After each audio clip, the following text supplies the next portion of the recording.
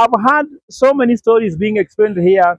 Why didn't the wife of Ojwang throw the soil into Ojwang's grave? First of all, let me explain this in two ways. Why do women or even a wife... Good evening, ladies and gentlemen. I'm Professor Ogolla.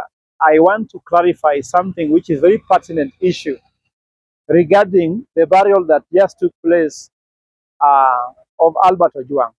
First of all, I want to take this chance to again continue sending my condolences to the family and to the whole country that have lost a very key son in the name of Albert Ojwang. I want to thank all the Gen Zs. I want to thank all Kenyans from all walks of life that are united together to ensure that Ojwang was given a very good send-off. But apart from that, cry for justice has been heard. And I'm sure even God has heard in heaven. And eventually Ojwang is going to get justice. I also want to thank the youths in Mawego who destroyed all myths that has ever been put around funeral. They are going to listen to politicians doing their thing while they sit back and watch. They took center stage and showed that Ojwang was picked from Mawego police station and they are to take him there. In Luo, it's important that we have to connect you with the spirit where you are taken. So for them, they believe that if Ojwang didn't pass through Mawego police station, Ojwang could still be alive. So for us, we did ours at Central Police Station. We went to see the Central Police Station where Ojwang seemingly is where he was killed. So our heart is at peace at the moment. So I'm happy. I'm sure maybe you could have taken the body of Ojwang to Central Police also when we were doing the Requiem Mass, but I'm sure the people of Mawego showed the world something that has never been seen before. They handled the body well. I'm happy they returned back the body and the body has been put to rest. And may the soul of the great Albert Ojwang rest in peace. I did not attend the funeral myself because there were some things that people take for granted. When something happens like a tragic things like the one that happened to Ojwang, there are some things which come of clear priority. The first priority was that instead of shouting about justice in the funeral, the most important thing, this is a lesson to all Kenyans. Whenever something happens to any Kenyan, similar to what happened to Ojwang, quickly ensure there's a postmortem that has been done immediately so that you can secure evidence. Because according to me, the scene of crime was one, Mawego police station. The second scene of crime was Central Police, Nairobi. The third scene of crime was Mbagathi Hospital. The fourth scene of crime was City Mortuary Hospital. Of course, now Ojwang's body was eventually taken to Chiromo after doing embalmment. So you see people shouting in the funeral saying, justice for Ojwang. Justice cannot be found if you have not collected good evidence from the postmortem which was done.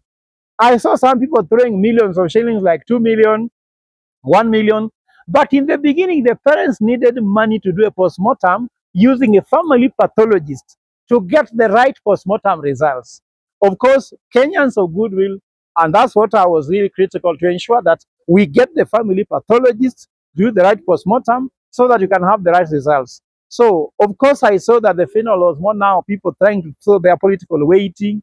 But I'm happy again, the youth determined who was speaking and who was not going to speak. Long live the spirit of Gen Z. And I'm sure they should not just speak in a funeral. They should go to the ballot and speak this spirit again. And show that whom they don't want must go. We must drain the swamp. Only demonstrating during a funeral is not enough. We must show in a polling station. The way they showed their power in the police station, let us transfer that power in the polling station when we go to election. Because the people of Homa Bay ashamed me when they stayed in the stadium for 24 hours to celebrate Madaraka Day with the killer, William Ruto, and his gangs. Now they have demonstrated otherwise, that actually those things were not where their heart is. Their heart is with the son of Kenya, Albert Ojwang.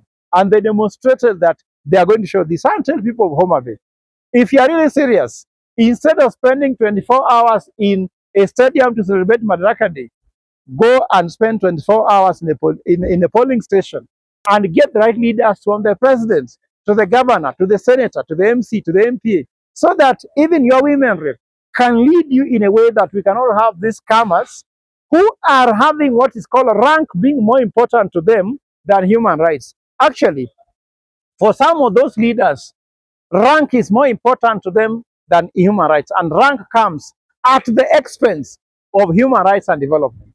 So that's what it is here. Now, I've had so many stories being explained here. Why didn't the wife of Ojwang throw the soil into Ojwang's grave? First of all, let me explain this in two ways. Why do women or even a wife of a deceased throw soil in the Luo tradition in the grave?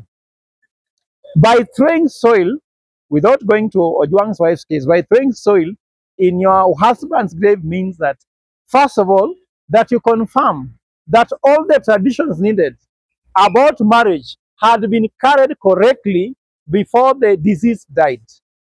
Which means if his wedding was done, if his dowry, it was paid. If it's for the fulfillment that the parents of the deceased family wanted was done. In case that was not done against a woman, normally the wife of the parents of the wife normally demand that they are fulfilled before their daughter is buried. But if they are not fulfilled against a man, normally it's easier. So that's one reason. Secondly, normally by throwing soil, it means that the widow is ready to carry all the traditional requirements of the husband. For example, when you are married in a Luo tradition, when you are buried your husband, there are certain days you must sleep outside the veranda when you cannot be able to sleep in the house until your husband sends you a dream. It's called a lake. So there are so many things you have to follow which are traditional. And some of these traditional things are so burdensome. So according to me, the wife of Yuang either was told by the parents, I know families discuss this thing, not to do that for reasons that doing all those traditions have become very heavy. I remember Yuang's father is a deacon of Baptist church, and they are very deep Christians with deep faith. You could see the man, he could take this thing with a lot of grace because of his, let's say, religious, let's say, position. He's a deacon, ordained deacon in the Baptist church. So maybe because their family very deep in Christ, they saw no need of burdening this woman with too many Luo traditions because she's too young to bear all this. She has a young boy. So they liberate her from all this. So according to me, even as we believe that the tradition should die, then resurrects in Christianity. Even me, my family, my father was a catechist. I have a brother who is a priest. We also have, we don't follow traditions to the strict sense because only when tradition works with our Christianity, we follow. Where they don't converge, we follow Christianity. Because once you are a Christian, you cannot go back to the dark days because we can't say you go back to mystery.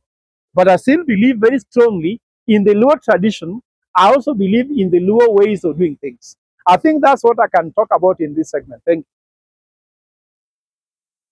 So, well, you know, this is an aspect of maybe if she talks the same maybe it's not allowed to be man. No, there is no such a thing.